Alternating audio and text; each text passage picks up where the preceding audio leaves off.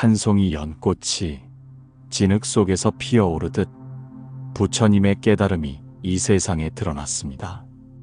보리수 아래에서 완전한 깨달음을 성취하신 부처님께서 처음으로 설하신 경전, 그것이 바로 대방광불화엄경입니다. 상상해 보십시오.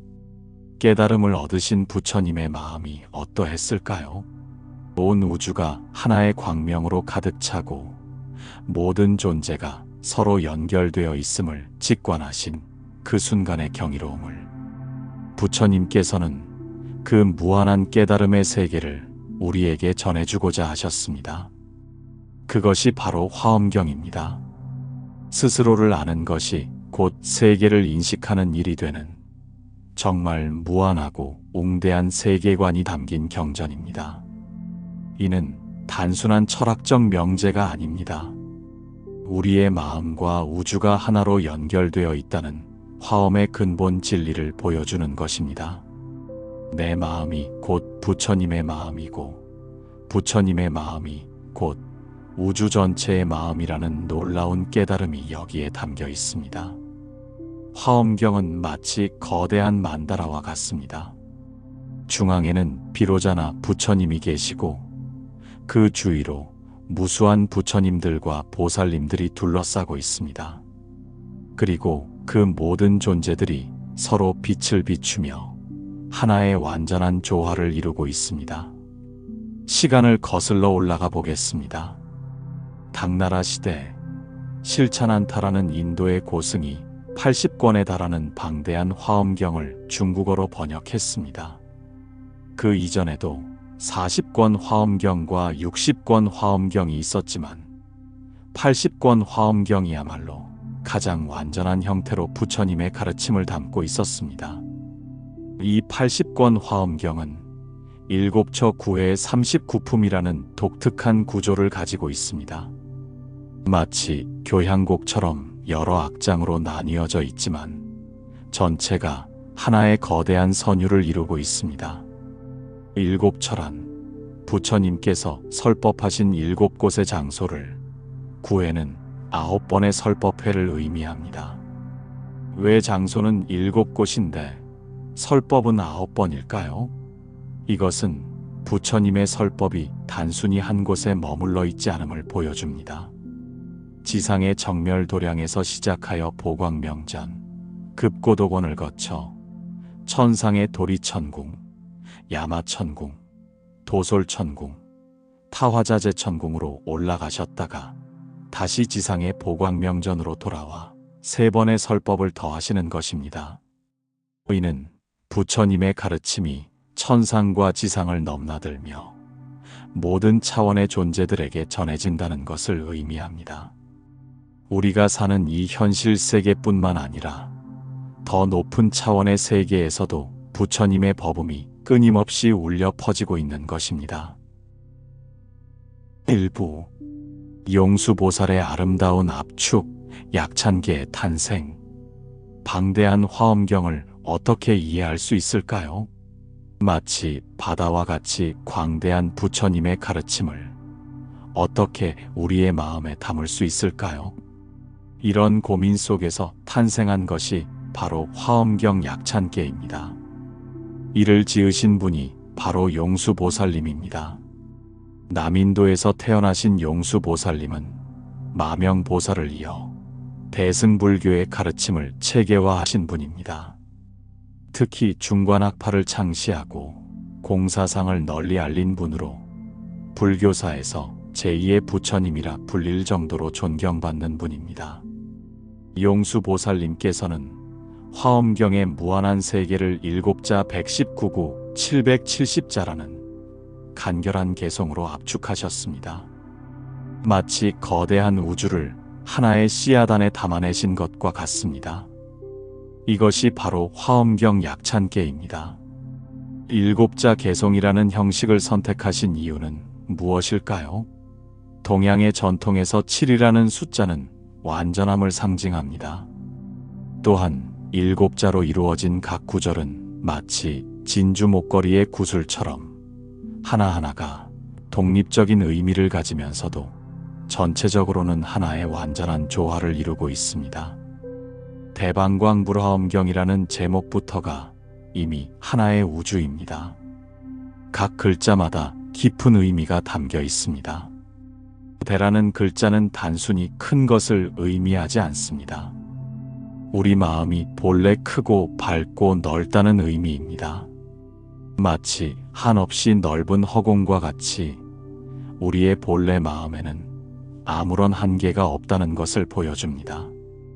작은 그릇에는 조금의 물밖에 담을 수 없지만 바다에는 온 세상의 강물이 흘러들어도 넘치지 않습니다. 우리의 마음도 그와 같습니다. 방은 반듯하게 갖추어진 것을 의미합니다. 우리가 저 사람 참 방정하다고 할 때의 그 방정함입니다. 올바르고 단정하며 흐트러짐이 없는 상태를 말합니다. 깨달음의 세계는 그 어떤 왜곡이나 편견도 없는 완전히 균형 잡힌 세계입니다. 광은 넓고 크다는 의미이지만 여기서는 진리의 적용 범위가 그만큼 넓다는 뜻입니다. 부처님의 가르침은 특정한 사람이나 특정한 시대에만 적용되는 것이 아닙니다. 온 우주, 모든 시간, 모든 존재에게 두루 적용되는 보편적 진리입니다. 불은 당연히 부처님을 의미하지만 여기서는 깨달은 존재, 즉 우리 모두의 본래 모습을 가리킵니다. 우리는 이미 부처님과 다르지 않은 본래 면목을 가지고 있습니다. 화는 꽃을 의미합니다. 진흙 속에서 피어나는 연꽃처럼 이 번뇌의 세상에서 피어나는 보살행의 아름다움을 상징합니다. 우리가 행하는 모든 선한 행위, 자비로운 마음, 지혜로운 판단들이 모두 아름다운 꽃과 같습니다. 엄은 장엄함을 의미합니다. 하지만 단순한 외적 장식이 아니라 정법으로 장엄된 원만한 상태를 말합니다. 진리로 꾸며진 마음의 아름다움, 그것이 진정한 장엄입니다. 경은 경전을 의미하지만 여기서는 끝없이 이어지는 진리의 실을 뜻합니다. 마치 구슬을 꿰는 실처럼 부처님의 가르침은 모든 것을 하나로 꿰어 영원히 이어지게 합니다. 이렇게 대방광불화엄경이라는 6글자 안에 우주의 모든 진리가 담겨 있습니다. 약찬계는 이렇게 시작됩니다. 나무 화장세계해 비로자 낮은 법신 현재 설법 노사나 석가모니 제열해. 이 구절을 천천히 음미해 보십시오. 나무는 나무로 귀의한다는 뜻입니다. 화장세계에 계시는 비로자나 진법신, 현재 법을 설하시는 노사나 부처님, 석가모니 부처님과 모든 열애께 귀의한다는 의미입니다. 화장세계는 꽃으로 장엄된 가장 아름다운 세계입니다.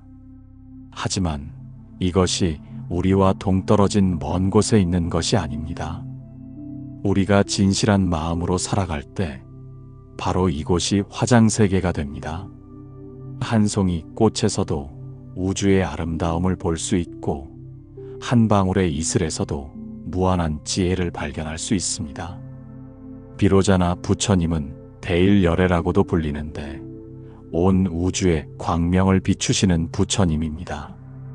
노사나 부처님은 보신불로서 수행을 통해 성취된 부처님의 모습이고 석가모니 부처님은 우리와 같은 인간의 몸으로 이 세상에 오신 부처님입니다. 이 세 분은 사실 한 분의 부처님이 보여주시는 세 가지 다른 면모입니다. 다음 구절로 넘어가 보겠습니다. 과거 현재 미래 세 시방일체제 대성 근본 화엄전 법륜 해인 삼매세력고 과거 현재 미래 3세의 시방세계에 계신 모든 성인들이 화엄경을 근본으로 법륜을 굴리시는 것은 해인산매의 세력 때문이라는 뜻입니다. 해인산매에 대해 좀 더 깊이 살펴보겠습니다. 바다를 상상해 보십시오. 바람이 거세게 불 때는 파도가 일어나 온통 어수선하지만 바람이 잔잔해지면 바다는 고요해집니다. 그때 보름달이 떠 있다면 그 달이 바다 위에 완전히 비춰집니다. 흔들림 없는 바다 위에 달이 그대로 비치는 것처럼 번뇌의 파도가 잔잔해진 부처님의 마음에는 온 우주의 모든 것이 그대로 비춰집니다. 이것이 바로 해인산매입니다. 해는 바다를, 이는 도장을 뜻합니다.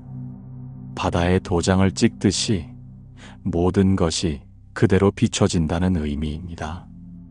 부처님의 마음에는 모든 중생의 마음이, 모든 세계가, 모든 진리가 왜곡 없이 그대로 드러나 있습니다. 우리도 마음의 파도를 잔잔하게 가라앉힐 수 있다면 해인산매와 같은 경지를 체험할 수 있습니다. 명상할 때, 기도할 때, 혹은 자연 속에서 고요함을 느낄 때 우리는 잠시나마 그런 경지를 맛볼 수 있습니다. 2부 보현보살과 신중들의 광대한 세계. 보현보살 제대 중 이제 화엄경의 주인공들이 등장합니다. 그 첫 번째가 바로 보현보살님입니다. 보현보살님은 화엄경에서 가장 중요한 인물입니다.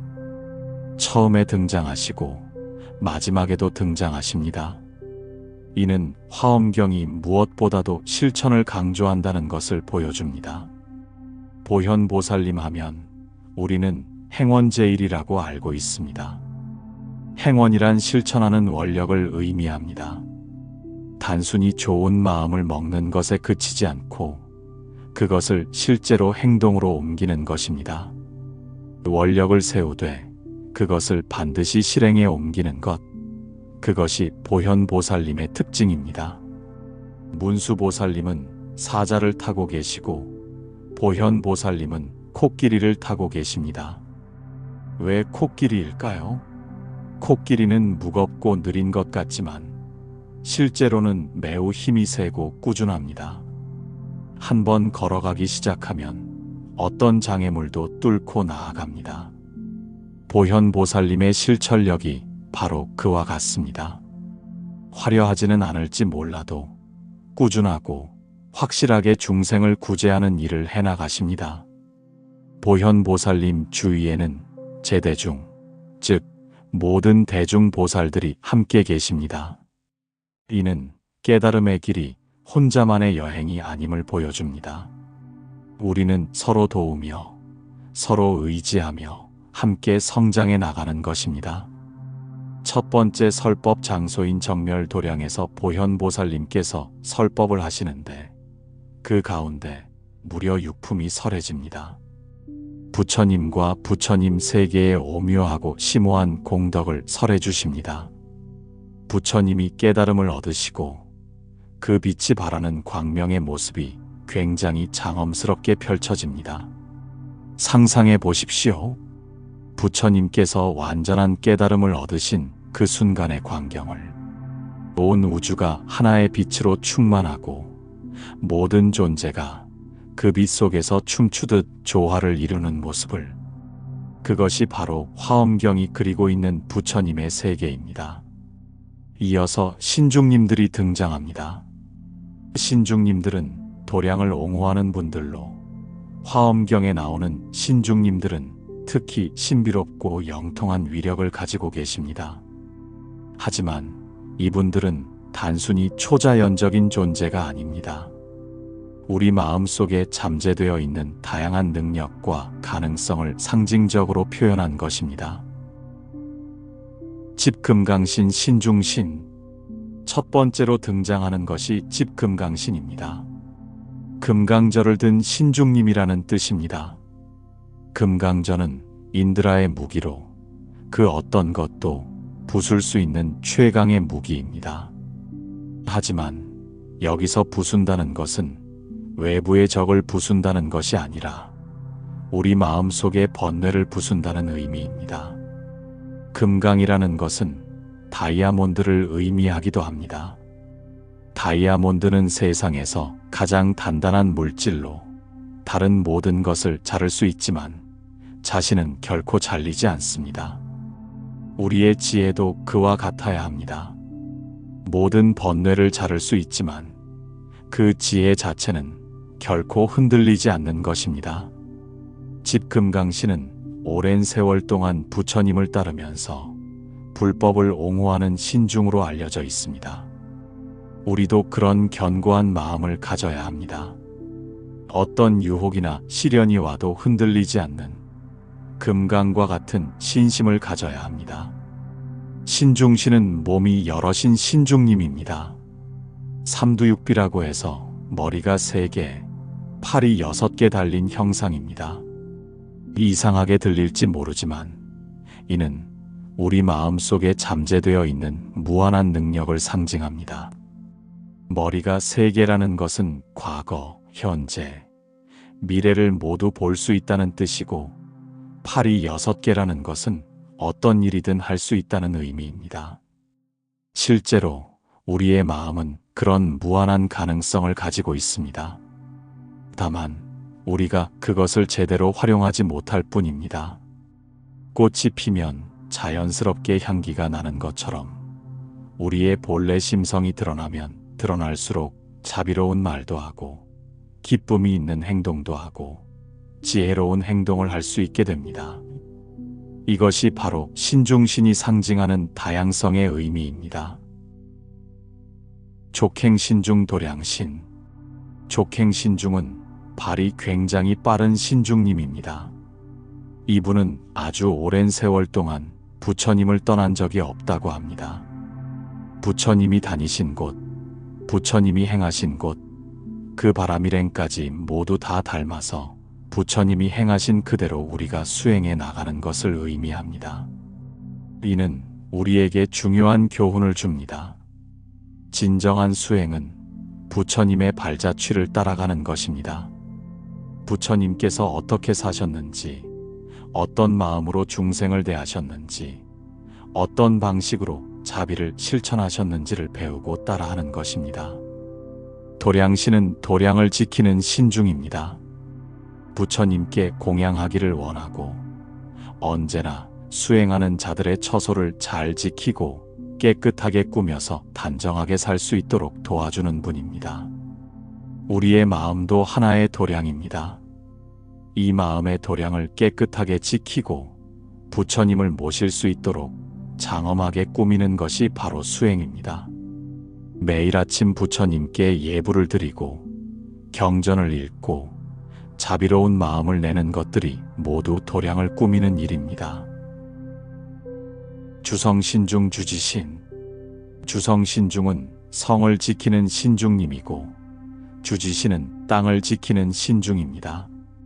성을 지킨다는 것은 무엇을 의미할까요? 옛날에 성은 사람들이 사는 도시를 외부의 침입으로부터 보호하는 역할을 했습니다.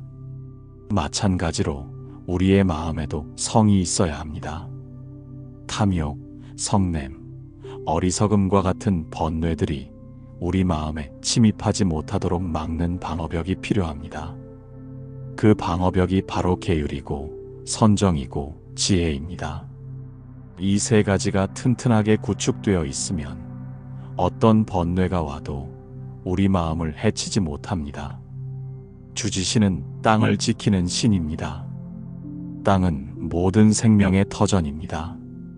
땅이 없으면 나무도 자랄 수 없고 풀도 자랄 수 없고 우리도 살 수 없습니다. 하지만 땅의 위대함은 무엇보다도 그것이 차별 없이 모든 것을 길러낸다는 것입니다. 좋은 씨앗이든 나쁜 씨앗이든 큰 나무든 작은 풀이든 땅은 차별하지 않고 모두에게 영양분을 제공합니다. 우리의 마음도 그와 같아야 합니다. 부자든 가난한 사람이든 학식이 높은 사람이든 그렇지 않은 사람이든 모든 사람을 차별 없이 사랑하고 도와줄 수 있는 마음을 가져야 합니다. 주산신중 주림신. 주산신중은 산을 수호하는 신중님으로 최상승의 공덕을 의미합니다. 큰 산을 한번 생각해 보십시오. 큰 산에는 작은 돌만 있는 것도 아니고 큰 바위만 있는 것도 아니고 흙만 있는 것도 아니고 나무만 있는 것도 아닙니다. 수많은 것들이 모여져서 높은 산을 이룹니다. 모든 것을 다 포용해야만 높은 산이 되는 것처럼 우리도 모든 일을 너그럽게 하고 모든 것을 포용할 줄 아는 사람이 되어야 합니다. 그리고 산처럼 고요함을 알고 인자하고 지혜로운 사람이 되어야 합니다. 주림신은 숲을 관장하는 신중님입니다. 꽃과 싹이 매일 자라는 숲처럼 밝은 광명을 지닌 신입니다.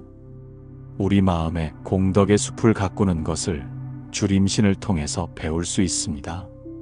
숲을 보면서 단순히 좋다고만 생각하지 마십시오. 저 숲을 보면서 나도 마음에 공덕의 숲을 가꾸어야겠다고 생각하십시오. 그러려면 어떻게 해야 할까요? 보살의 행원을 적극적으로 어려움 없이 해나가는 대승보살로서 살아야 합니다. 하나하나의 선한 행위가 나무가 되고 하나하나의 자비로운 마음이 꽃이 되어 우리 마음에 아름다운 공덕의 숲을 이룰 수 있습니다. 주약신중 주가신. 주약신중은 약을 관장하는 신중님입니다.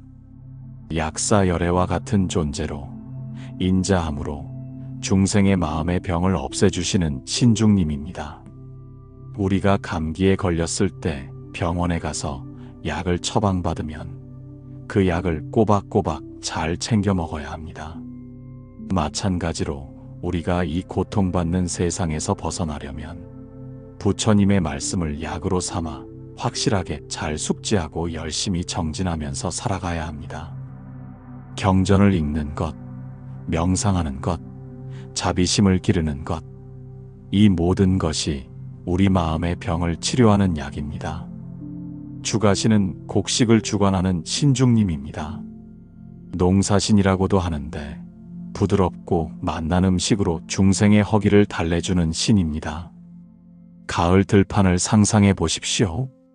곡식이 노랗게 익어가면서 벼가 고개를 숙이는 모습을. 곡식이 익어갈수록 더 겸손해집니다. 수행도 마찬가지입니다. 수행이 깊어질수록 우리는 더 겸손해지고 우리 삶에 깊이가 생깁니다.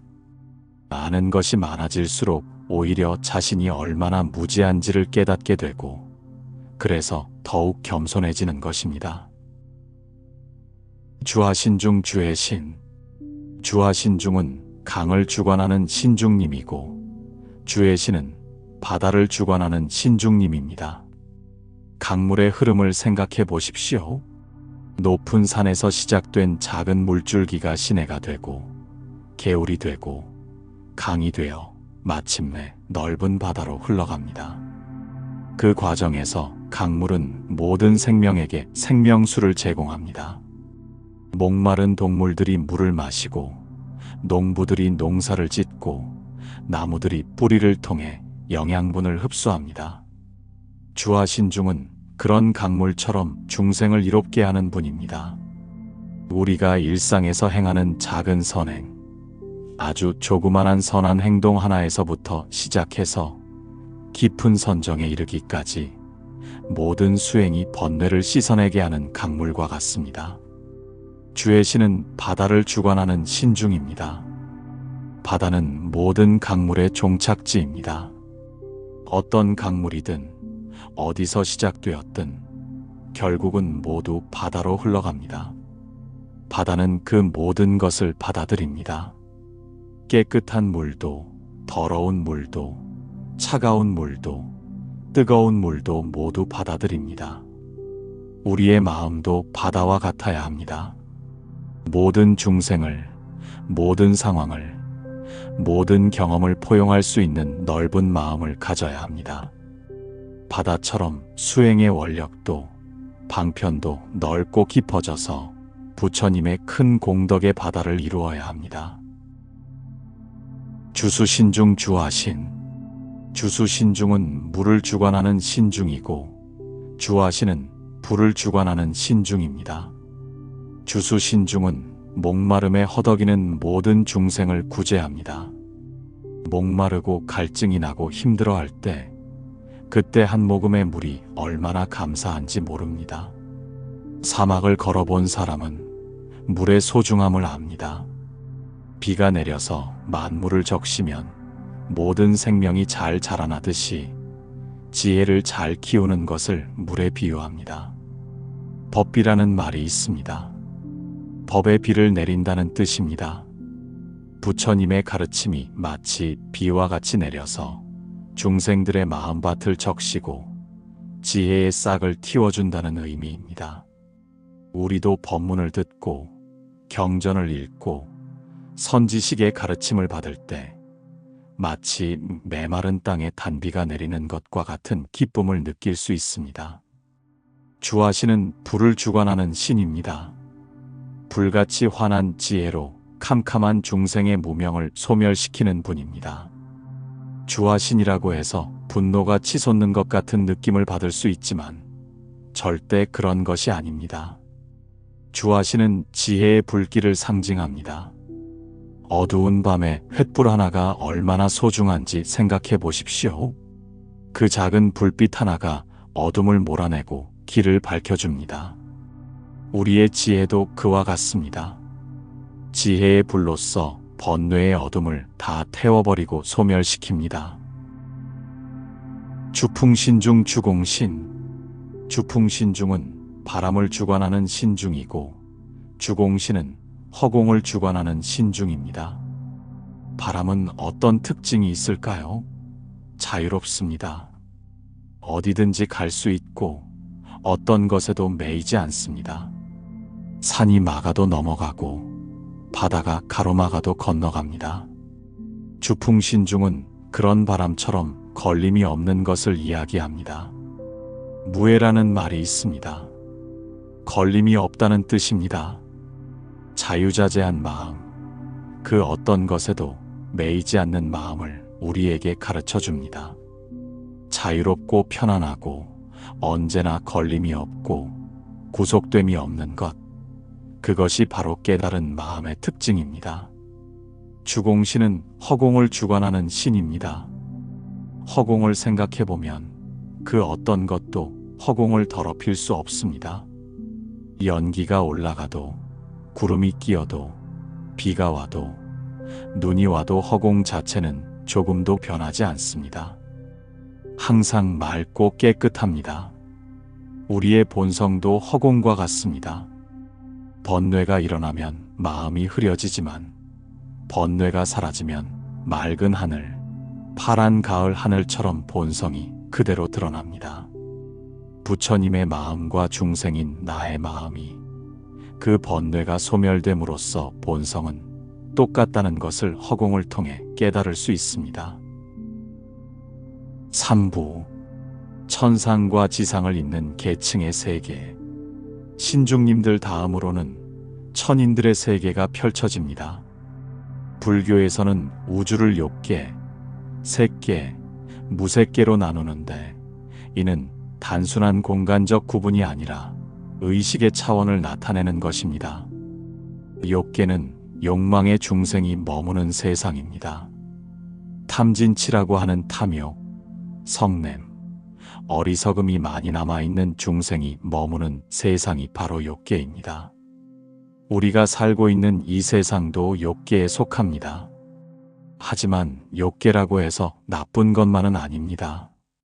6계에도 천상이 있고 그곳에는 복을 많이 지은 존재들이 살고 있습니다. 월천자, 일천자 중도리천. 월천자는 달의 신입니다. 달빛이 환히 비추는 것을 상징적으로 이해할 수 있습니다. 밝게 비추면 어둠이 사라지죠. 깜깜한 밤에 달빛이 비치면 갑자기 세상이 환해집니다.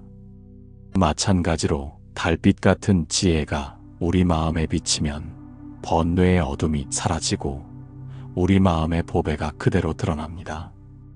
보름달 밤을 생각해 보십시오. 온 세상이 은빛으로 물들고 모든 것이 고요하고 평화로워집니다. 그런 평화로움이 바로 월천자가 상징하는 마음의 상태입니다. 일천자는 태양의 신입니다. 햇빛이 곡식을 자라나게 하듯이 햇볕이 있어야 모든 생명이 잘 성장합니다. 마찬가지로 일천자라는 명호 속에는 중생들의 선근을 성숙시킨다는 의미가 있습니다. 봄날의 따스한 햇살을 받으며 새싹이 돋아나는 모습을 상상해 보십시오. 햇빛이나 달빛이나 모두가 다 중생의 번뇌를 걷어내고 깨달음의 꽃을 피워낸다는 의미를 담고 있습니다. 도리천왕은 제석천왕을 이야기합니다. 제석천왕은 도리천에 사는데 도리는 인도말로 33을 의미합니다. 그래서 이 도리천을 33천이라고도 합니다. 수미산 꼭대기에 있는 이 천지사방 세계에서 가장 높은 곳이 바로 수미산 도리천이고 그곳에서 세상을 다스리고 있는 분이 바로 제석천왕입니다. 제석천왕은 착한 업을 짓는 사람이 많으면 기뻐하고 악한 업을 짓는 사람이 많으면 걱정하신다고 합니다. 많은 사람들이 좋은 일을 많이 하고 보시도 많이 하고 선한 업을 많이 짓도록 이끌어 주시는 분이 바로 제석천왕입니다. 야마천왕, 도솔천. 야마천왕이 계시는 야마천은 도리천보다 더 위에 있습니다. 이곳은 밤낮이 없다고 합니다. 늘 밝다고 해요. 해도 너무 밝고 달도 너무 밝아서 늘 밝다고 합니다. 그러면 낮과 밤을 어떻게 구분하느냐? 붉은 연꽃이 피면 그것을 낮으로 보고 흰 연꽃이 피면 그것을 밤으로 본다고 합니다. 연꽃은 보통 밤에 피지 않는데 야마천에서는 그렇다고 합니다. 수많은 선근을 닦고 공덕의 즐거움이 큰 곳이 바로 야마천인데 스스로 열심히 정진하고 공부하고 복을 짓고 선정의 힘으로 야마천까지 올라간 것입니다. 야마천은 공덕의 즐거움이 굉장히 큰 곳이고 선정의 즐거움이 굉장히 큰 곳이어서 축복받은 신들의 나라라고 합니다. 도솔천은 욕계 6천 가운데 네 번째 하늘인데 도솔천은 지족천이라고도 합니다. 만족한다는 의미의 지족입니다. 도솔천에 누가 살고 있을까요? 미륵보살님이 살고 있다고 전해집니다. 미륵보살님이 계시는 도솔천 내원궁은 불교도들의 큰 소망처 중 하나입니다. 연불산매를 많이 닦는다고 합니다. 신들이 만족하면서 살아간다고 해서 지족천이라고 하는데 우리가 다음 생에 어디 태어나고 싶냐고 하면 가끔 농담 삼아서 도솔천 내원궁에 태어나고 싶어요라고 스님들은 말하기도 합니다. 미륵보살님께서는 도솔천에서 나중에 이 땅에 오셔서 미래의 미륵부처님이 되신다고 합니다. 그때가 되면 이 세상이 정말 아름다운 정토가 될 것이라고 합니다. 색계천인들의 세계. 욕계를 넘어서면 색계가 있습니다. 색계는 음욕과 식욕에서 벗어난 이들이 가는 곳입니다. 단순히 복을 지어서 가는 곳이 아니고 반드시 선정의 힘이 필요합니다. 선정의 힘으로 도달하는 세계가 바로 색계입니다. 색계에 사는 천인들은 안이비설신이를 사용하지 않는다고 합니다. 눈, 귀, 코, 혀, 몸, 뜻이라는 6가지 감각기관을 통한 일반적인 인식 방식을 넘어선 차원에서 존재한다는 의미입니다. 대범천왕은 초선천에 계시는 분입니다. 중생을 자유롭게 여기며 광명을 널리 비추어서 쾌락을 얻게 합니다. 욕심을 버려서 깨끗하고 고요해서 대범천왕의 범이라고 하는 것은 맑고 깨끗하다는 의미입니다. 색계 초선천에 계신 분들은 그 몸에서 빛이 납니다. 몸에서 빛이 나면 한번 만져보고 싶지 않을까요? 그런데 그 빛이 나는 몸을 만지면 그 만진 사람조차도 마음에 환희로움이 생긴다고 합니다. 이곳이 바로 색계 첫 번째 초선천입니다. 광음천은 제2선천을 이야기합니다. 이곳에 사는 천인들은 언어를 통해서 이야기를 하지 않습니다. 말을 하려고 할 때 입에서 빛이 쫙 퍼져서 나온다고 합니다. 그 맑은 빛을 통해서 그 빛을 본 사람들이 무슨 이야기인지 알 수 있다는 것입니다. 의사소통을 언어로 하는 것이 아니라 빛으로 한다는 것입니다. 말을 할 때 입에서 맑은 빛이 나와서 그래서 광음천이라고 했습니다. 광자가 빛 광자입니다. 이렇게 올라갈수록 더욱 미묘하고 정묘한 차원의 존재들이 나타납니다. 변정천왕은 삼선천에 계시는데 근심이나 고뇌라는 것이 일체 없고 오직 선정의 기쁨만 있다고 합니다. 그런데 그 선정의 기쁨조차도 마음으로써 내려놓고 상을 내려놓아서 몸과 마음이 다 청정하다는 것입니다. 광과천은 제사선천인데 복덕이 정말 광대합니다. 광과에서 과자는 열매 과자입니다. 큰 열매를 이야기하는 것인데 복이 얼마나 많은지 큰 열매로서 상징적으로 표현한 것입니다. 대자제왕이 머무는 곳은 마해수라천입니다. 삼천대천 세계 가운데 가장 높은 곳이 바로 이 마해수라천입니다. 찰나, 정말 순간적인 시간 사이에 이 세상에 그냥 이 지구뿐만 아니라 삼천대천 세계에 떨어지는 빗방울까지도 다 알 수 있다고 합니다. 이 대자제왕은 무상법을 알아서 평등한 마음으로 수행을 합니다. 무상법의 무상은 모양상자를 쓰는데 상이 없음을 이야기하는 무상법을 알아서 평등한 마음으로 수행을 하고 여기서는 마지막으로 수행을 이야기합니다. 왜냐하면 욕계, 색계, 무색계 가운데 색계의 마지막 하늘이기 때문에 무색계로 가는 그 단계이기 때문입니다. 사부, 선제동자의 깨달음 순례, 53선지식과의 만남. 이제 화엄경의 백미라 할 수 있는 입법계품의 이야기가 시작됩니다. 여기서는 선제동자라는 한 구도자가 53명의 선지식을 찾아 순례하며 궁극적인 깨달음에 이르는 장대한 여정이 펼쳐집니다. 선제동자동 남녀, 수많은 우바세, 우바이 가운데 선제동자가 있었습니다. 우바세는 남성 제가불자를, 우바이는 여성 제가불자를 의미합니다. 그 가운데 선제동자가 있었고 헤아릴 수 없는 많은 대중이 그곳에서 법을 들었습니다. 선제동자가 문수보살님의 법을 듣고 발심을 하게 됩니다. 이 발심은 그냥 발심이 아니고 깨달음을 향한 진정한 신심, 발보리심입니다. 더 길게 말하면 바라욕따라 삼막삼보리심, 즉 위없는 바른 깨달음을 얻겠다는 마음을 낸 것입니다. 그때에 문수보살님이 선제동자에게 말씀하십니다. 그대는 이미 보리심을 내었으니 온갖 지혜를 성취하려거든 선지식을 찾아서 그들의 가르침을 따라야 하느니라. 더 남쪽으로 가면서 여러 선지식을 방문하고 친견하고 보살행을 닦아라. 이 말씀을 듣고 선제동자가 감동적인 대답을 합니다. 생사는 성곽이요, 높은 아만은 장벽이요, 모든 윤회의 중생은 죄인이요, 애착에 물들면 깊은 연못입니다. 원컨대 길이 없는 자비와 청정한 지혜로 태양처럼 번뇌의 바다를 소멸하고자 합니다.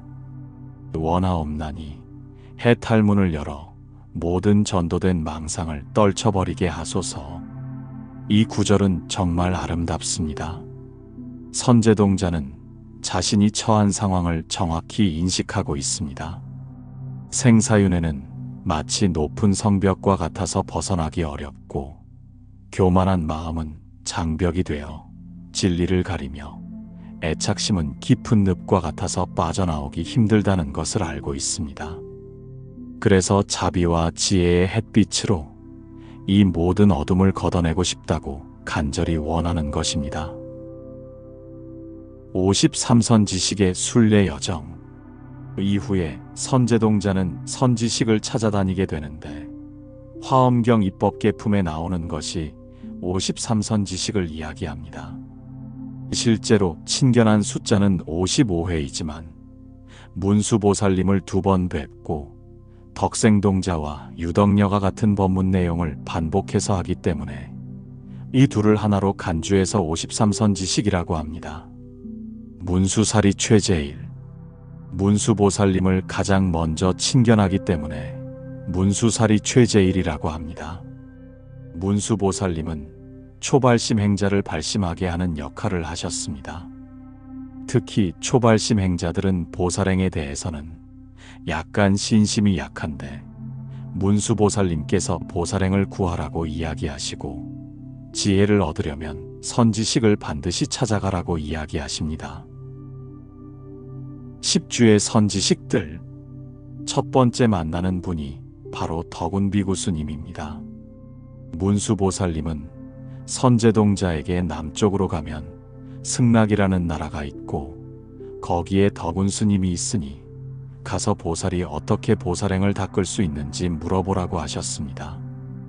덕운스님부터 시작되는 것이 바로 10주의 내용입니다. 10주 수행 중 첫 번째 초발심주의 선지식이 바로 덕운스님입니다. 10주는 10가지 마음의 해탈문을 열어주는 수행법입니다.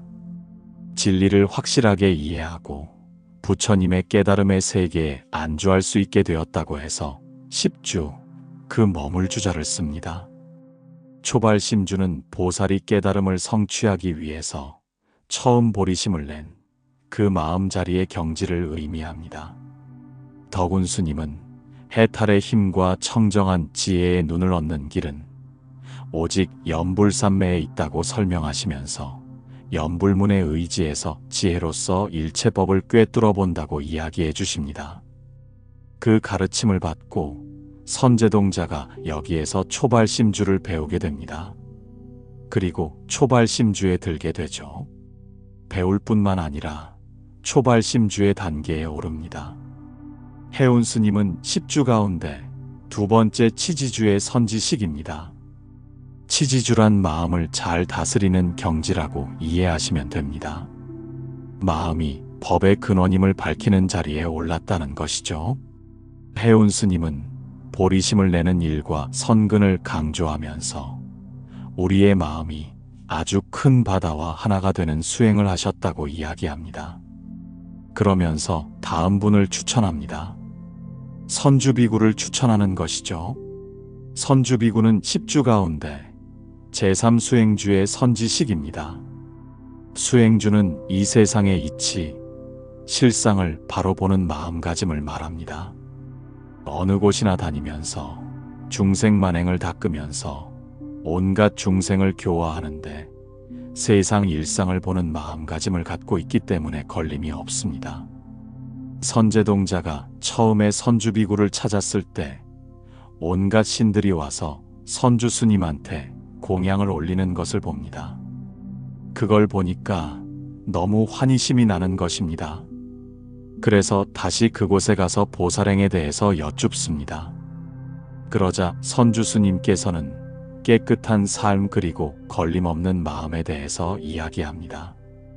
깨끗한 삶이란 결국에는 자기 자신을 제어하고 절제하고 그래서 계를 잘 지키는 그런 삶이 바로 깨끗한 삶, 맑은 삶이겠죠. 이렇게 10주를 모두 거쳐가며 선제동자는 단계적으로 마음의 경지를 높여갑니다. 각각의 선지식들은 저마다 독특한 방식으로 진리를 보여주고 선제동자는 그들로부터 배우며 성장해 나갑니다. 10행의 선지식들.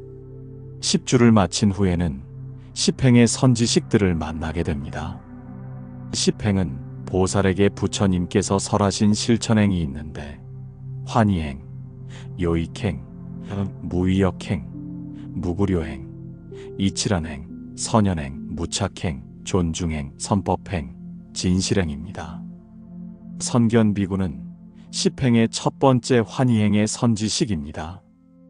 환희행이라고 하는 것은 중생을 기쁘게 하는 행위입니다. 중생을 위하고 중생을 제도하는 모든 것을 보람으로 느끼고 기쁨으로 하는 실천행을 의미합니다. 평등한 마음으로 자신의 모든 것을 일체 중생을 위해 다 보시를 해도 아까운 생각이 하나도 안 들고 그 보시를 했을 때 그 상대에게서 바라는 바가 없습니다. 또 좋은 일을 했다고 해서 나중에 천상에 날 거라는 그런 마음도 없습니다. 순수한 기쁨으로 실천하는 것이 환희행입니다. 선견비구는 담업생에 아주 수행을 많이 하신 수행이 깊은 분으로 청정한 지혜를 성취하셨고 외모가 굉장히 단정하셨다고 합니다. 정수리에 육개가 있고 피부는 부처님처럼 금빛이며 목에는 세 줄의 무늬가 있었습니다. 광명이 있었고 가슴에는 만자가 새겨져 있었으며 손바닥과 발바닥에는 금강 같은 바퀴 모양의 법륜 지문이 있었습니다. 선견비구는 이렇듯 용모가 아주 단정하고 아름다우며 근기에 따라서 중생들에게 법을 설하는 분입니다. 청정한 지혜의 수순 등 법문을 해주시고 선제동자는 여기에서 환희행을 증득합니다. 자제주동자는 제2요익행의 선지식입니다. 요익행이라고 하는 것은 나와 중생을 이롭게 하는 행인데 가장 중요한 것이 바로 계율입니다. 첫 번째 환희행은 보시를 이야기했다면 여기에서는 계율, 지계를 이야기합니다. 어떠한 대상에도 집착하지 않고 중생에 대해서는 집착 없는 법을 설하면서 그들을 깨닫게 만들어주는 분입니다. 선제동자는 명문국 강가에서 자제주동자를 친견하게 됩니다. 왜 하필이면 강가일까요? 자타를 모두 이익하게 하는 그 법을 증득하게 됩니다. 자제주동자의 자제주라고 하는 이름은 자유자재하게 주인으로 살면서 천진한 동심으로 탐욕과 성냄에 찌든 마음이 전혀 없다는 그런 뜻입니다. 이렇게 10행을 거쳐 10회향으로 갑니다. 10회향의 선지식들. 10행을 마치고 10회향으로 가면 우발라 화장자가 등장합니다. 우발라는 여러분이 아는 연꽃 중에 청년이 바로 우발라입니다.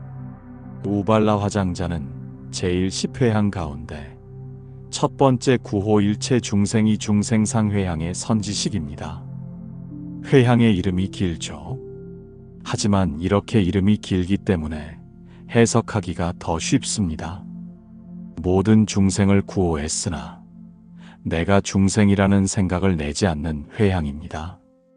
모든 중생을 구했으나 구했다는 마음이 없는 것입니다. 첫 번째 이 회향은 큰 원력으로서 자비와 지혜를 합해서 법신의 향을 성취하고 일체 중생에게 그 향이 스며들도록 하는 것입니다. 모든 중생에게 그 법향이 스며들도록 하는 것이죠. 선제동자는 광대국에서 우발라 화장자를 친견하게 되는데 이 장자는 향을 너무나 잘 알아서 가장 향기로운 향을 만듭니다. 이 향을 맡은 사람들은 모두가 법신의 향을 얻게 됩니다. 향을 조화롭게 하는 그야말로 조화향 법문을 하셨고 선제동자는 여기에서 구호일체 중생이 중생상회향을 증득하게 됩니다. 청년처럼 그 푸른 연꽃처럼 오염되지 않는 해탈을 성취한 우발라 화장자에게 지혜로운 향을 만들어서 악업을 순화하는 법을 배웠다고 합니다. 10지의 선지식들. 10회향까지 마치면 지혜와 자비가 골고루 다 갖추어집니다. 여기까지 갖추어졌으니 이제는 10지 법문으로 가야 되는데 10지에 들면 이미 부처님의 경지에 이르게 됩니다. 10지란 무엇인가? 이 10가지 수행 단계는 부처님의 경지에 이르렀어도 남아있는 마지막 수행 단계가 있는데 그 10가지가 환희지, 이구지, 발광지, 염해지, 난승지, 현전지, 원행지, 부동지, 선해지, 법운지입니다. 이 십지라고 하는 수행 단계는 너무나 중요해서 십지경이 따로 있을 정도입니다. 수행을 통해서 한 단계씩 올라가기 때문에 지라고 표현하는데 사실 쓸 때는 땅지, 말 그대로 땅을 의미합니다. 땅이라고 하는 것은 온갖 곡식을 성장시키기도 하고 만물을 생장시키기도 합니다. 남이며 풀이며 사람이며 다 이 땅을 딛고 생명들이 살고 있죠. 우리에게 필요한 에너지, 수많은 것들을 담고 있는 보물창고인 것입니다. 그래서 이 땅 지자를 십지에서 쓰게 됩니다. 바산바연주야신. 바산바연주야신은 십지 가운데 초지 환희지의 선지식입니다. 환희지는 보시바라밀로 기쁨이 넘치는 지혜입니다. 누구를 도와주고 누구에게 뭔가를 선물을 하면 내가 기분이 좋습니다. 그 받는 분도 기분이 좋을 수 있지만 사실은 이렇게 보시하고 나누어주고 누군가에게 해주면 내 자신이 기분이 좋아지죠. 그 기쁨에 넘치는 지혜가 바로 환희지입니다. 선제동자는 마가다국 가비라성에서 바산바연주 야신을 친견하게 되는데 가비라성은 어디입니까? 카필라성이죠. 부처님의 탄생지입니다. 여기에서 이 밤의 신, 야신을 만나게 됩니다. 십지의 선지식들을 보면 대부분 야신들, 밤의 신이 많습니다. 그 이유는 보살이 증득한 그 부처님의 지위에 드는 경지의 보살님들은 그 지혜가 너무나 미묘하고 현묘해서 중생의 어두운 번뇌 망상, 무명 이런 것들을 다 없애주기 때문입니다. 우리가 밤에 어두운 밤길에 달도 없고 별도 없고 아무것도 없을 때 길을 알 수가 없잖아요.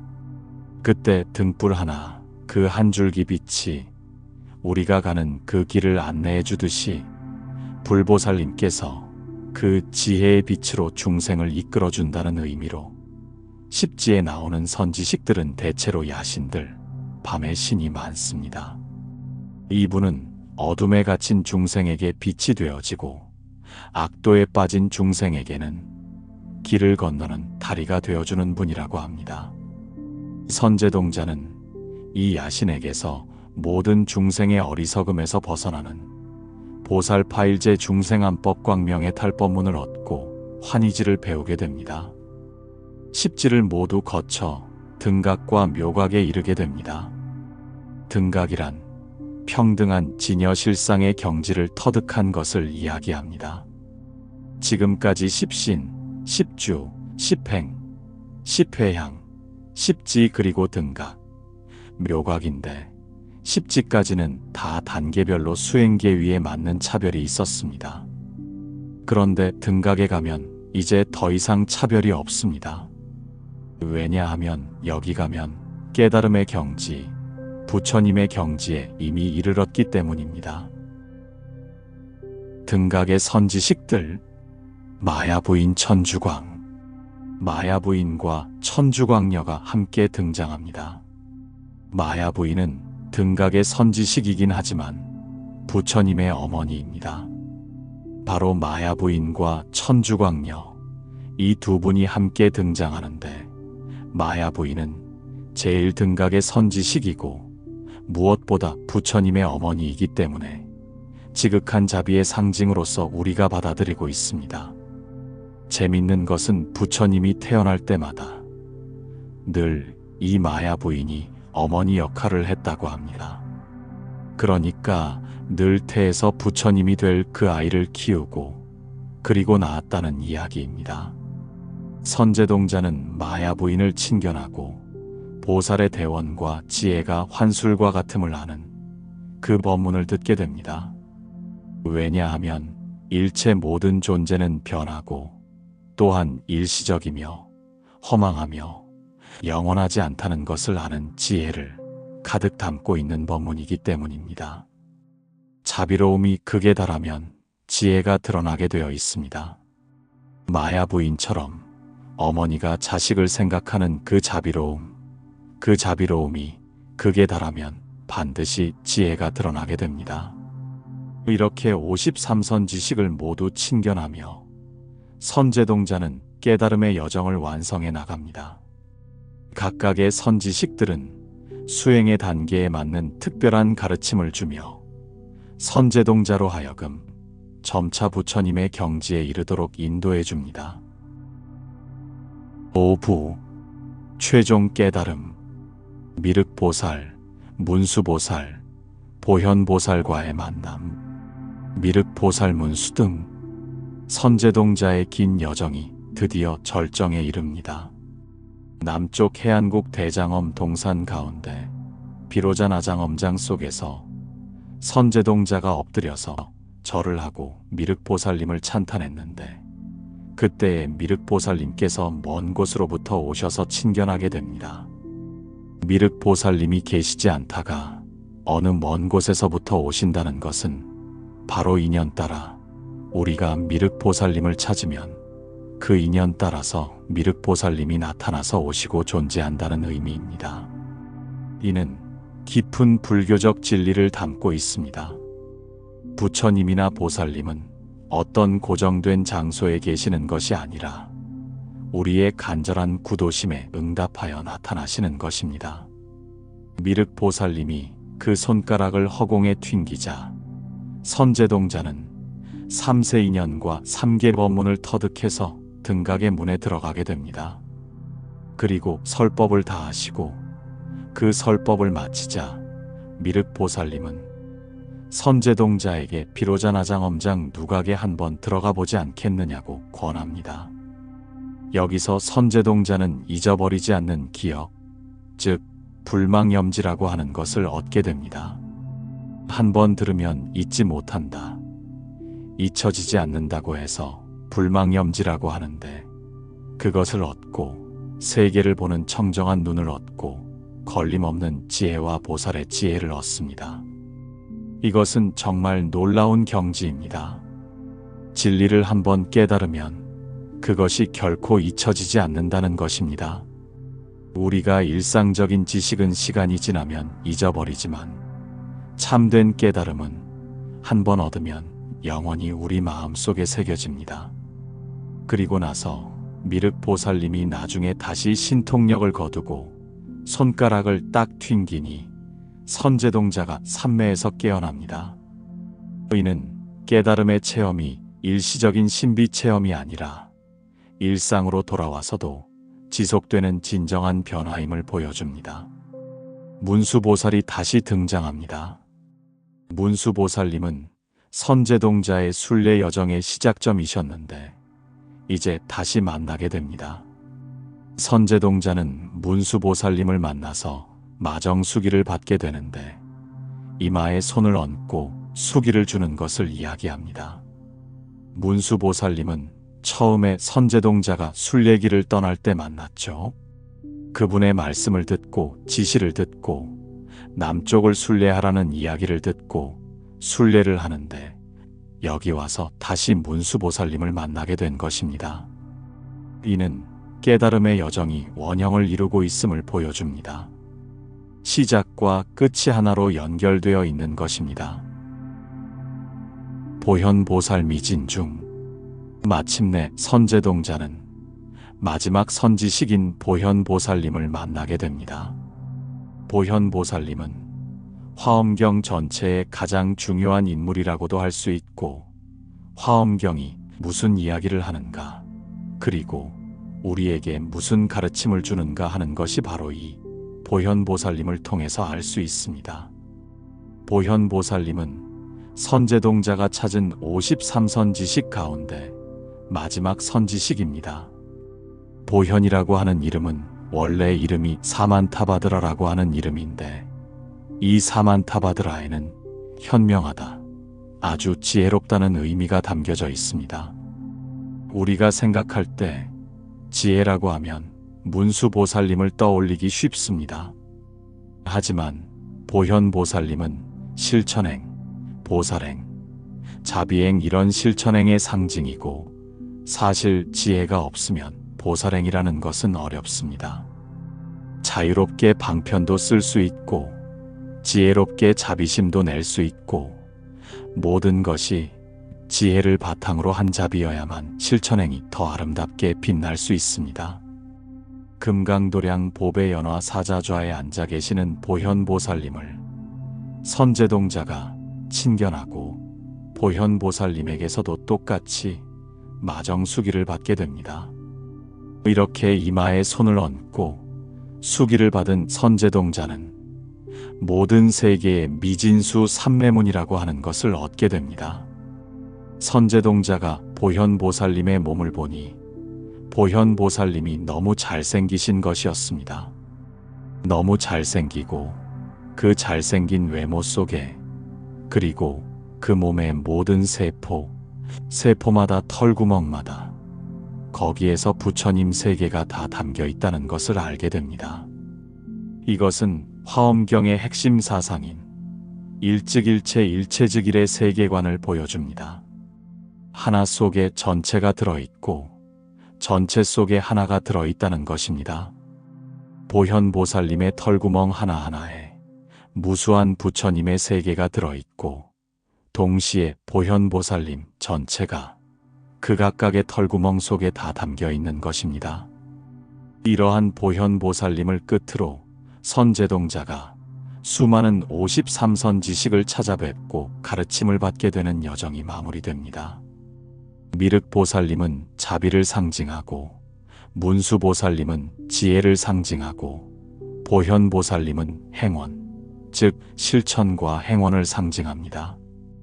마지막 선지식인 보현보살님을 친견함으로써 화엄경은 대단원의 막을 내립니다.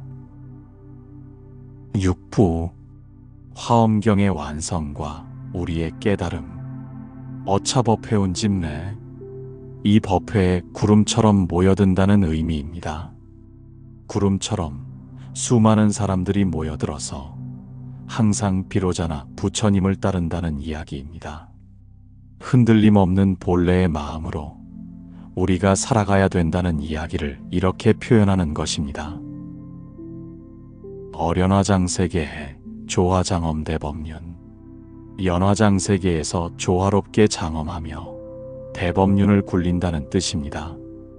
연화장세계는 사실은 모든 세계를 이야기합니다.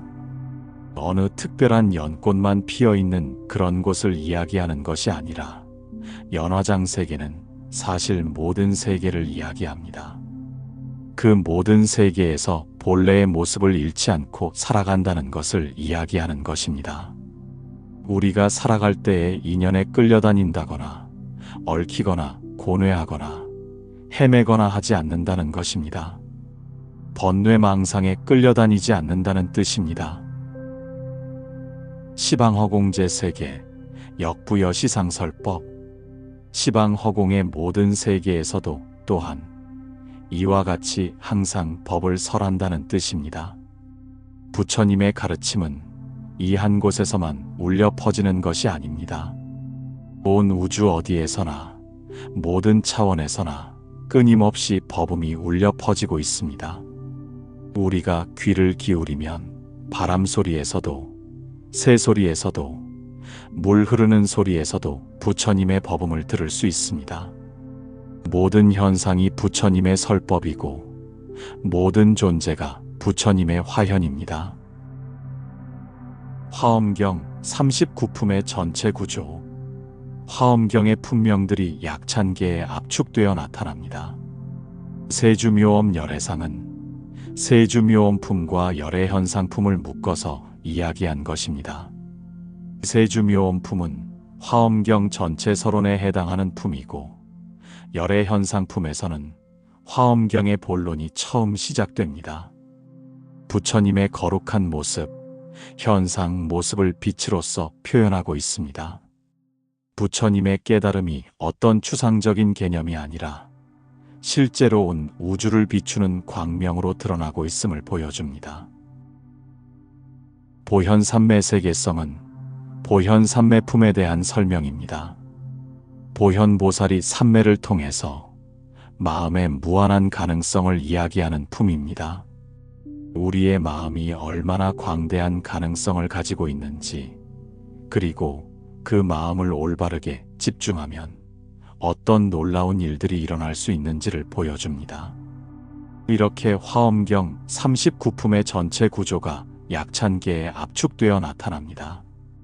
1회부터 9회까지의 설법 내용이 모두 담겨 있으며 각 회차마다의 품명과 그 핵심 내용들이 7자 개성으로 정리되어 있습니다. 시위10만 개성정 39품원 만교. 의는 10만 개성으로 이루어진 39품의 원만한 가르침이라는 뜻입니다. 10만이라는 숫자는 실제 숫자라기보다는 완전함을 상징하는 숫자입니다. 화엄경이 얼마나 완전하고 원만한 가르침인지를 보여주는 표현입니다. 풍송차경신수지 초발심 십연정각. 이 경을 읽고 믿어지면 그 첫 마음을 내던 그때가 바로 곧 깨친 때라는 뜻입니다. 초발심 십연정각. 첫 마음을 낼 때가 바로 완전한 깨달음을 얻는 때라는 것입니다. 이 구절은 화엄경의 가장 핵심적인 메시지 중 하나입니다. 깨달음이라는 것이 어떤 먼 미래에 달성해야 할 목표가 아니라 바로 지금 이 순간 진실한 마음을 낼 때 이미 완성되어 있다는 것을 말합니다. 우리가 나도 부처님처럼 살고 싶다. 모든 중생을 위해 살고 싶다는 진실한 마음을 낸 그 순간, 그때가 바로 부처님과 같은 마음을 낸 것입니다. 비록 아직 완전히 실현되지는 않았을지라도 그 마음 자체는 이미 부처님의 마음과 다르지 않습니다. 안좌여 시국토해 심영비로자나불. 이와 같은 국토바다에 편히 앉으면 이 이름이 바로 비로자나 부처님이다.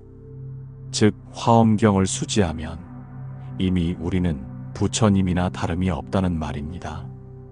이것이 화엄경 약찬계의 마지막 구절이며 화엄경 전체의 핵심 메시지를 담고 있습니다. 우리가 처음 마음을 낼 때 그 순간이 바로 깨달음의 순간이라는 것입니다. 화엄경을 믿고 수지하는 것 자체가 우리를 비로자나 부처님과 다르지 않게 만든다는 것입니다. 우리의 일상 속에서 피어나는 화엄의 꽃, 화엄경 약찬계는 이렇게 방대한 화엄경의 세계를 7자 119구 770자라는 간결한 개성으로 압축해서 보여주고 있습니다. 비로자나 부처님의 화장세계에서부터 시작해서 보현보살과 문수보살, 그리고 수많은 신중과 천인들, 53선지식을 만나는 선제동자의 구도 여정까지 깨달음의 모든 과정이 아름답게 펼쳐져 있습니다. 하지만 이 모든 이야기가 단순히 옛날 이야기가 아닙니다. 이것은 바로 우리 자신의 이야기입니다. 우리 각자가 선제동자가 될 수 있고 우리 주변의 모든 사람들이 우리에게는 선지식이 될 수 있습니다. 아침에 일어나서 부처님께 합장하며 인사드리는 그 순간 우리는 이미 화장세계에 발을 딛고 있습니다. 길에서 만나는 사람들에게 미소를 짓고 인사하는 그 순간 우리는 보현보살의 자비행을 실천하고 있습니다. 어려운 사람을 도와주는 그 순간 우리는 관세음보살의 자비를 구현하고 있습니다. 경전을 읽고 그 의미를 이해하려고 노력하는 그 순간 우리는 문수보살의 지혜를 따르고 있습니다. 어떤 어려움이 와도 굴복하지 않고 수행을 계속하는 그 순간 우리는 금강신중의 견고함을 닮아가고 있습니다. 화엄경에서 말하는 일즉일체, 일체즉일의 진리는 바로 이런 것입니다. 우리의 작은 선한 행위 하나하나가 온 우주의 조화에 기여하고 온 우주의 부처님들이 우리의 작은 실천 하나하나를 통해 이 세상에 현현하시는 것입니다. 해인산매의 세계를 향하여 용수보살님께서 화엄경 약찬계에서 보여주신 해인산매의 세계를 다시 한번 생각해 보겠습니다. 바다가 고요해질 때 하늘의 달이 그대로 비치듯이 우리 마음이 고요해질 때 부처님의 지혜가 그대로 비춰집니다. 명상할 때를 생각해 보십시오. 처음에는 마음이 어수선합니다. 이런저런 생각들이 파도처럼 일어납니다. 하지만 점차 마음이 고요해지면서 어느 순간 완전한 평정 속에서 모든 것이 명료하게 보이는 순간이 있습니다. 그때가 바로 해인산매를 맛보는 순간입니다.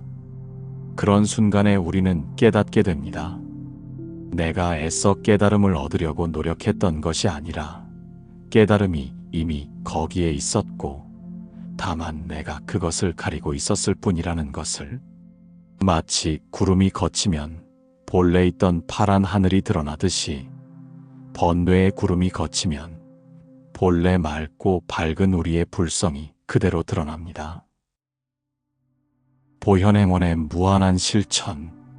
화엄경이 강조하는 것은 단순한 개인적 깨달음이 아닙니다.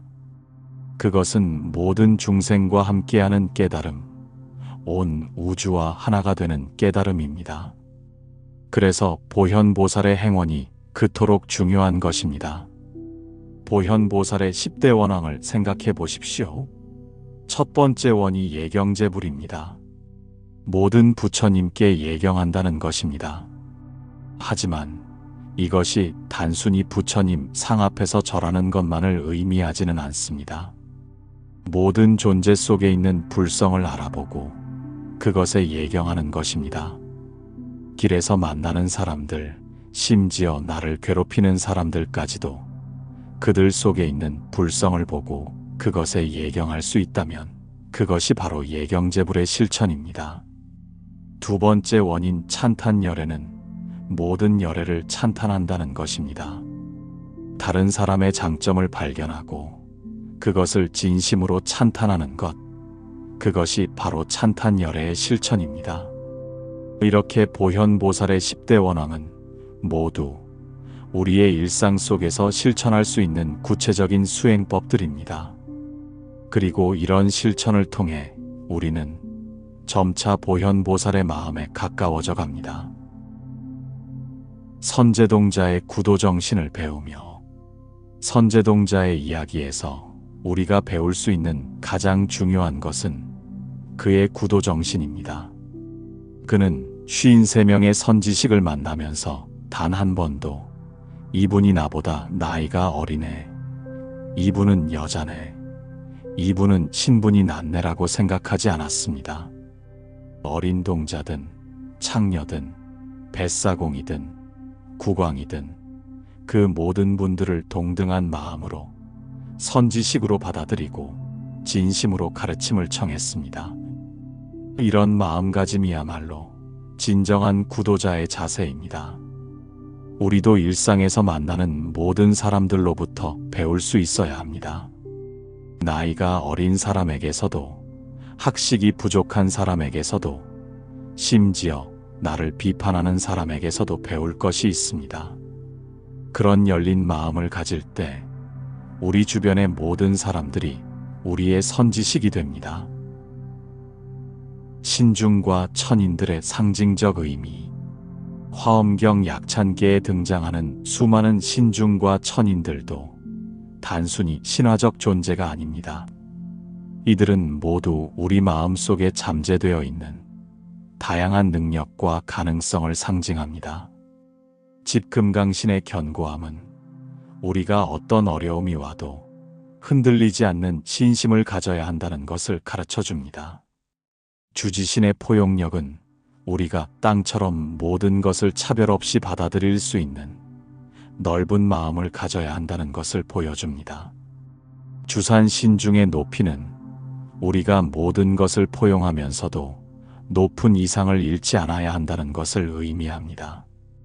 주림신의 생명력은 우리 마음에 공덕의 숲을 가꾸어야 한다는 것을 일러줍니다. 이 모든 신중과 천인들의 특성을 우리가 개발할 수 있다면 우리도 그들과 같은 경지에 이를 수 있습니다. 아니, 더 정확히 말하면 우리는 이미 그런 모든 가능성을 가지고 있습니다. 다만 그것을 인식하고 개발하지 못했을 뿐입니다.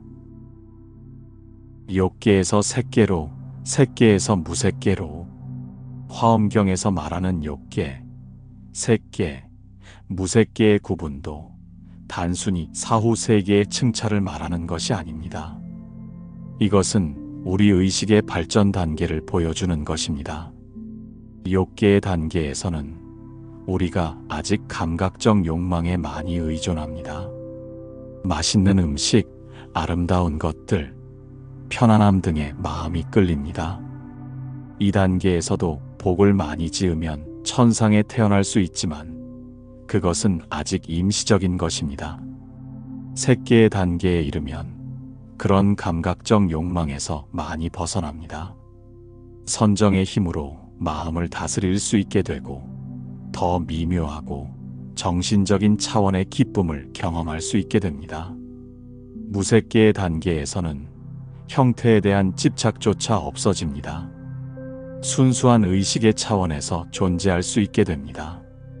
하지만 화엄경에서 추구하는 것은 이런 개인적 해탈에 머무르는 것이 아닙니다.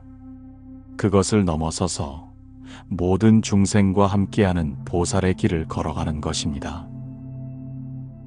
일상 속에서 실현하는 화엄의 세계, 화엄경의 가르침을 일상 속에서 어떻게 실현할 수 있을까요? 아침에 일어나면 먼저 부처님께 합장하며 인사를 드립니다. 이때 오늘 하루도 부처님의 마음으로 살겠습니다라고 다짐해 보십시오. 이것이 바로 화장세계에 귀의하는 것입니다. 가족들과 아침 식사를 할 때 그들을 선지식으로 여겨보십시오. 가족들의 말 한마디, 행동 하나하나에서 배울 점이 없는지 살펴보십시오. 이것이 바로 선제동자의 마음입니다. 직장에 가는 길에서 만나는 사람들, 지하철에서 만나는 사람들을 보현보살의 눈으로 바라보십시오.